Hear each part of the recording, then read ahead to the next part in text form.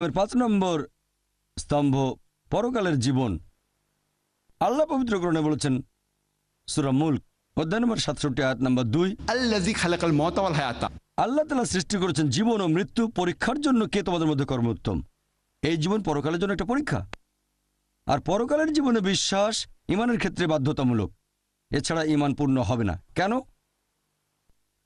অনেক মানুষ এভাবে বলে মৃত্যুর পরের জীবন এটা অযৌক্তিক। অনেকে পরকালের জীবনে বিশ্বাস করে না, সর্বশক্তিমান আল্লাহকেও বিশ্বাস করে না। তাকে যুক্তি দিয়ে বোঝাবো কিভাবে? এখানে যুক্তিটা হচ্ছে, একটা লেকচার দিয়েছিলাম কোরআন অ্যান্ড মডার্ন সায়েন্স। সেখানে বলেছিলাম পবিত্র কোরআনে 6000-এর বেশি আয়াত আছে, আর তার মধ্যে প্রায় 1000 খানেক আয়াত বলছে বিজ্ঞান সম্পর্কে। আর যেসব আয়াতগুলো বিজ্ঞান সম্পর্কে বলছে আনুমানিকভাবে তার মধ্যে 80% আয়াত এখনকার বিজ্ঞান আমাদের বলছে এগুলো 100% সঠিক। কারণ বিজ্ঞান এখন অনেক এগিয়ে গেছে গত কয়েকশো বছরের মধ্যে। এখনকার বিজ্ঞান বলছে কোরআনের যে আয়াতগুলো বিজ্ঞান সম্পর্কে বলছে তার আনুমানিক 80% একেবারে 100% সঠিক। বাকি 20% আয়াত সম্পর্কে এখনো জানতে পারিনি। তার মধ্যে একটা হচ্ছে পরকালের জীবন। বিজ্ঞান এখনো এতটা উন্নত হয়নি যে পরকালের জীবনকে প্রমাণ করে দেখাবে। বিজ্ঞান এখনো বেশ দোজক প্রমাণ করতে পারেনি, জিনের অস্তিত্ব প্রমাণ করতে পারেনি। এরকম 20% আয়াত এখনো প্রমাণিত হয়নি পবিত্র কোরআনের আয়াত। তাহলে কি অন্ধভাবে পরকালের জীবনে বিশ্বাস করছি? আমি বলবো এটা লজিক্যাল বিশ্বাস। আমার যুক্তি বলছে পবিত্র কোরআনে যে আয়াতগুলো বিজ্ঞান সম্পর্কে বলছে সেগুলো 100% সঠিক। 20%-এর ব্যাপারে জানা যায়নি সঠিক না বেঠিকও না। আমার যুক্তি বলছে যে ইনশাআল্লাহ এই 20%ও সঠিক হবে। এটাই লজিক্যাল বিশ্বাস। এই 20%-এর মধ্যে একটা হচ্ছে পরকালের জীবন। এখন একজন মানুষকে এই পরকালের জীবন সম্পর্কে কিভাবে বোঝাতে পারি?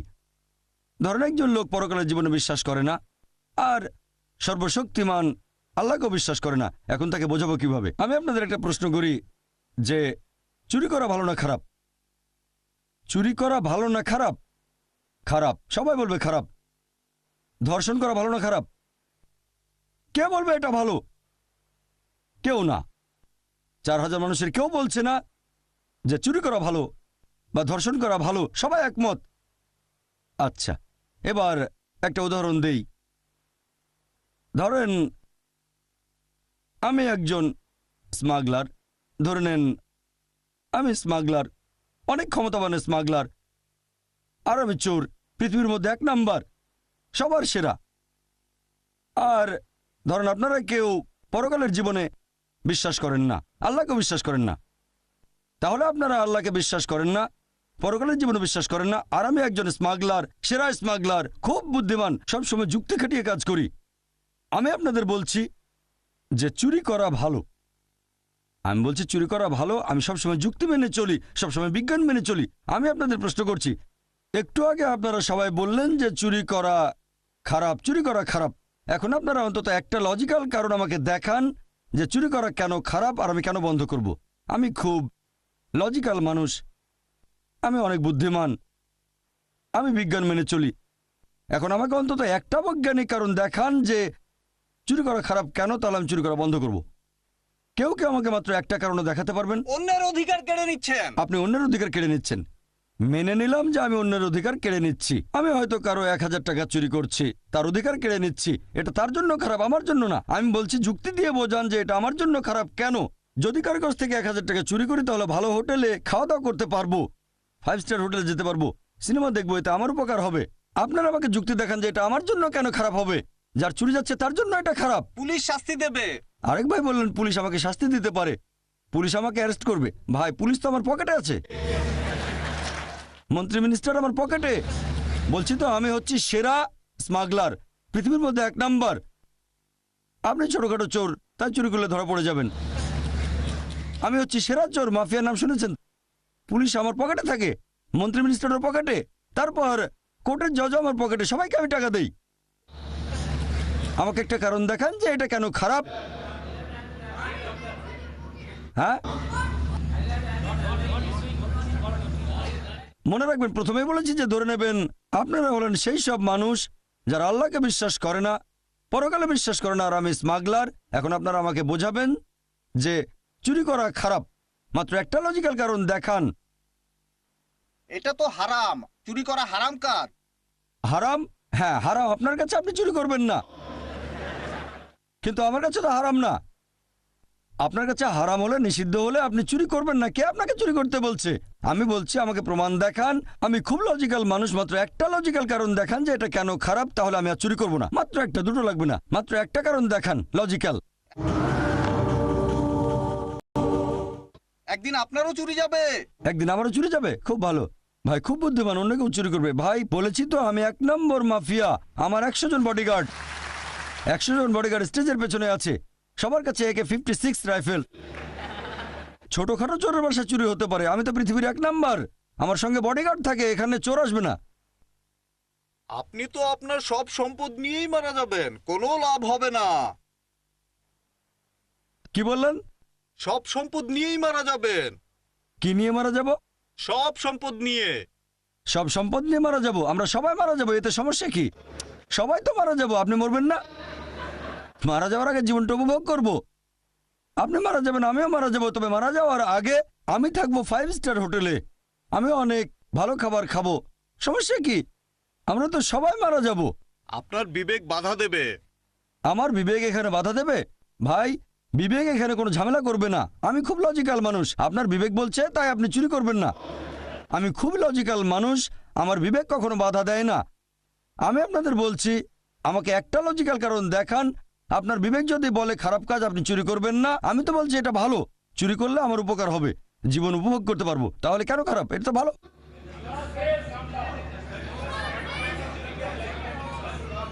আমি একটু বলবো, সরি?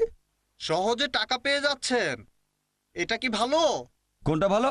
আপনি তো কোনো কাজ করছেন না, যে টাকাটা আপনি পাচ্ছেন সেটা তো খুব সহজেই চলে আসছে। ভাই আপনি বললেন যে আপনি কোনো কাজ না করেই সহজে টাকা পাচ্ছেন। কোনো কাজ না করেই টাকা পাচ্ছেন। হ্যাঁ আপনিও বললেন কোনো কাজ না করে সহজে টাকা পেয়ে যাচ্ছি, সেজন্যই তো বলছি এটা ভালো। টাকা পেয়ে যাচ্ছি সহজে, তাহলে কষ্ট করবো কেন? সহজে টাকা পাওয়াটা ভালো না খারাপ? অবশ্যই ভালো। তাহলে সহজে টাকা পাওয়াটা তো ভালো। আপনারা আমাকে একটা লজিক্যাল কারণ দেখান যে এটা কেন খারাপ, তাহলে আর চুরি করবো না। একটা কারণে দেখাতে পারলেন না, সবাই বলছেন এটা খারাপ খারাপ, কিন্তু কারণ দেখাতে পারছেন না। চেন্নাইয়ের মানুষের কি বুদ্ধি কমে গেল নাকি?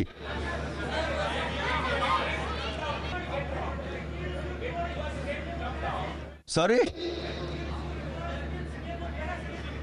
ভাই, আমি শুনতে পাচ্ছি না। আপনি তো তাহলে আমেরিকানদের মতো হয়ে যাবেন। আমি আমেরিকানদের মতো হয়ে যাব? হ্যাঁ, আমেরিকানদের মতো। আমি হয়ে যাব জর্জ বুশ? আচ্ছা ঠিক আছে, ভালো। আপনাদের উত্তর দেওয়ার সময় আপনি শেষ। যদি মানুষের জিনিস চুরি করেন তাহলে একদিন আপনার জিনিসও চুরি যাবে। ভাই বলেন আমি চুরি করলে আমারও চুরি যাবে? আমি তো বলেছি আমার বডিগার্ড আছে, এই কথাটা শোনেননি? আমার বডিগার্ড আছে, কেউ চুরি করতে পারবে না। আপনাদের উত্তর দেওয়ার সময় শেষ, এবার টেবিলটা উল্টে দিতে হবে। আপনার কাজটা ঠিক না, কারণ আপনি চুরি করছেন, স্মাগলিং। এতে করে সমাজের আচ্ছা ঠিক অনেক আছে, ক্ষতি আপনাদের হচ্ছে। উত্তর দেওয়ার সময় শেষ। অনেক শত্রু তৈরি হবে। আমার শত্রু থাকলে সমস্যা নেই, আমার কেউ ক্ষতি করবে না, আমার আছে বডিগার্ড। আপনাদের উত্তর দেওয়ার সময় শেষ, এবার আমি উত্তরটা বলছি। আপনাদের উত্তরটা বলছি। আমি আগে বলেছিলাম এটা একটা উদাহরণ। ধরেন একজন লোক আপনার কাছে এসে জিজ্ঞেস করলো যে কিভাবে প্রমাণ করবেন ইসলামিক শরিয়া নিখুঁত। এই প্রশ্নটা যদি করা হয় তাহলে এবার টেবিলটা উল্টে দেন, টেবিলটা উল্টে দেন। ধরেন আপনি স্মাগলার, উদাহরণ দিচ্ছি, এটা ধরে নেন আপনি পৃথিবীর 1 নাম্বার স্মাগলার আর আমি একজন মুসলিম। আপনাকে বোঝানোর চেষ্টা করছি। আপনি স্মাগলার, আমাকে বললেন প্রমাণ করে দেখান যে চুরি করা খারাপ। বললাম পুলিশ অ্যারেস্ট করবে, আপনি বললেন পুলিশ আমার পকেটে। তারপর বললাম এতে অন্যের ক্ষতি হচ্ছে, আপনি বললেন তাতে আমার কিছু যায় আসে না। বললাম বিবেক দংশন করবে, বললেন আমার বিবেকই নেই, দংশন করবে কে আমাকে? তারপর আমি বললাম আপনার থেকে কেউ চুরি করে নেবে, আপনি বললেন আমার বডিগার্ড আছে। মুসলিম হিসেবে আমি যেটা করব এইসব কথা বলার পাশাপাশি সেটা আমি আল্লাহ সুবহানাহু ওয়া তাআলার অস্তিত্বকে প্রমাণ করব। যে লোকটা পৃথিবীর মধ্যে 1 নম্বর মাফিয়া, স্মাগলার অথবা চোর, তার কাছে বস্তুবাদী সবার আগে, নিজেকে সে ক্ষমতাবান মনে করে থাকে, খুব ক্ষমতাবান সে। প্রথমে আমি তার সামনে আল্লাহ তাআলার অস্তিত্ব প্রমাণ করে দেখাবো। এটা করেছি একটা লেকচারে, is the Quran God's word. এখন যদি কেউ এই লেকচারটা ইজদা করেন গডস ওয়ার্ড খোলা মন নিয়ে দেখেন, তাহলে আপনিও মানবেন যে সবচেয়ে ক্ষমতাবান আল্লাহ সুবহানাহু ওয়া তাআলা সর্বশক্তিমান ঈশ্বর। তার সামনে প্রমাণ করে দেখাবো সে সর্বশক্তিমান নয়, সর্বশক্তিমান আল্লাহ সুবহানাহু ওয়া তাআলা। প্রমাণ করবো পবিত্র কোরআন আর বিজ্ঞান দিয়ে। 1 নম্বর পয়েন্ট। 2 নম্বর পয়েন্ট, সে তখন বলবে আচ্ছা আমি মেনে নিলাম যে ঈশ্বর সর্বশক্তিমান, কিন্তু তিনি কোন টাইপের ঈশ্বর? আমার তো কিছু হচ্ছে না। হ্যাঁ, কথাটা ঠিক। এরকম অনেক দৃষ্টান্ত দেখবেন, অনেকে স্মাগলার চুরি করে কিন্তু তাদের কিছুই হচ্ছে না। কে ঠিক বলেছি? অনেকে আছে এরকম, হাজার হাজার চোর আছে, অনেকে বড় বড় অপরাধী, তারা খুব আরামের সাথে জীবন কাটায়, তাদের কিছুই হচ্ছে না, স্বাভাবিকভাবে মারা যাচ্ছে। হ্যাঁ, কেউ হয়তো খুন হয়, কেউ বা অ্যারেস্ট হয়, তবে অনেকেই জীবনটাকে উপভোগ করে মারা যায়, স্বাভাবিকভাবে মারা যায়। এখন সে প্রশ্ন করবে ঈশ্বর যদি এমন মহান হন তাহলে শাস্তি দিচ্ছেন না কেন? এটা আবার কোন ধরনের সুবিচার? আল্লাহ পবিত্র কোরআনে বলেছেন সূরা নিসা অধ্যায় নম্বর 4 আয়াত নম্বর 40, আল্লাহ সুবহানাহু ওয়া তাআলা কারো প্রতি অনুপরিমাণও জুলুম করেন না, তিনি কারোর সাথে অবিচার করেন না।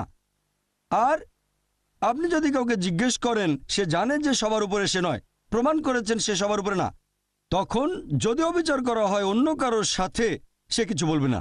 তবে কেউ চায় না নিজের প্রতি অবিচার হোক। একজন লোক অন্য কারো মা বা স্ত্রীকে ধর্ষণ করলো, তাকে মৃত্যুদণ্ড দিলে আপনারা বলবেন বর্বর আইন। যদি ধর্ষণ করা হয় আপনার মাকে, তখন মনে হবে যে মৃত্যুদণ্ডই সবচেয়ে ভালো। অবিচার যদি হয় আপনার সাথে, তখন বুঝতে পারবেন যে সুবিচার করতে হবে। সবাই এখানে একমত হবেন যে অবশ্যই সুবিচার করতে হবে। এখন প্রশ্ন হচ্ছে, এই পৃথিবীতে আমরা সুবিচার করব কিভাবে? সবাই তো সুবিচার পাবে না। যেমন ধরেন, আপনি এটা জানেন যে হিটলার 60 লক্ষ ইহুদিকে হত্যা করেছিল। কতজন? 60 লক্ষ ইহুদি। ধরেন আপনি আজকে হিটলারকে ধরলেন, তাকে এখন কি শাস্তি দেবেন? কি শাস্তি দেবেন? ম্যাক্সিমাম তাকেও গ্যাস চেম্বারে পাঠিয়ে দেবেন। তাতে মাত্র একটা জীবনের ক্ষতিপূরণ হবে, বাকি 59,99,999 জন ইহুদি ছিল, তাদের ব্যাপারে কি হবে? তারা সুবিচার পাবে না? এটা আবার কোন ধরনের আইন? একে সুবিচার বলবেন? আল্লাহ পবিত্র কোরআনে বলেছেন সূরা আলে ইমরান অধ্যায় নম্বর 3 আয়াত নম্বর 185 যে कुल्लु नफ्सिन जायकातुल मौत। জীব মাত্রই মৃত্যু স্বাদ গ্রহণ করবে, আর চূড়ান্ত বিচার হবে রোজ কিয়ামতের দিনে। আর যাকে দোজখের আগুন থেকে দূরে রাখা হবে, বেহেশতে নেওয়া হবে, সে পৃথিবীর উদ্দেশ্য অর্জনে সফল কাম। কারণ এই পার্থিব জীবন এটা ছলনাময় ভোগবিলাসিতা ব্যতীত আর কিছুই নয়। তাহলে চূড়ান্ত হিসাব কিতাব, চূড়ান্ত বিচার সেটা হবে রোজ কিয়ামতের দিনে। সেটাই হচ্ছে চূড়ান্ত হিসাব কিতাব। তাহলে যেভাবে একজন মাফিয়াকে বাধা দেবেন, কেউ তার ক্ষতি করতে পারবে না, মন্ত্রী মিনিস্টার পকেটে, জজ তার পকেটে, পুলিশ তার পকেটে, সেটা হচ্ছে আখিরাতের জীবনের শাস্তি। এটা দিয়ে ইসলামিক শরিয়া সম্পূর্ণ হয়, পরকালের জীবনে বিশ্বাস। তাহলে শরিয়ার লেভেল 3টা। 1 নাম্বার হচ্ছে যে সাধারণ কিছু আইন, চুরি করো না, ধর্ষণ করো না। 2 নাম্বার, চুরি অথবা ধর্ষণ করলে শাস্তি পেতে পারেন। 3 নাম্বার, যেসব লোক আইন মেনে চলতে চায় না তারা ধরা পড়লে শাস্তি পাবে। তবে সব জায়গায় তো ইসলামিক শরিয়া নেই। আমেরিকা ইসলামিক শরিয়া প্রচলিত না, ভারতেও ইসলামিক শরিয়া নেই, তাহলে পৃথিবীতে কোনো শাস্তি পাচ্ছে না। তারা আসলে শাস্তিগুলো পাবে আখিরাতে। আর আল্লাহ সুবহানাহু ওয়া তাআলা যদি আখিরাতে হিটলারকে শাস্তি দিতে চান, আল্লাহ পবিত্র কোরআনে বলেছেন সূরা নিসা অধ্যায় নম্বর 4 আয়াত নম্বর 56, যারা আমার আয়াত প্রত্যাখ্যান করে তাদের দোজখের আগুনে দগ্ধ করব।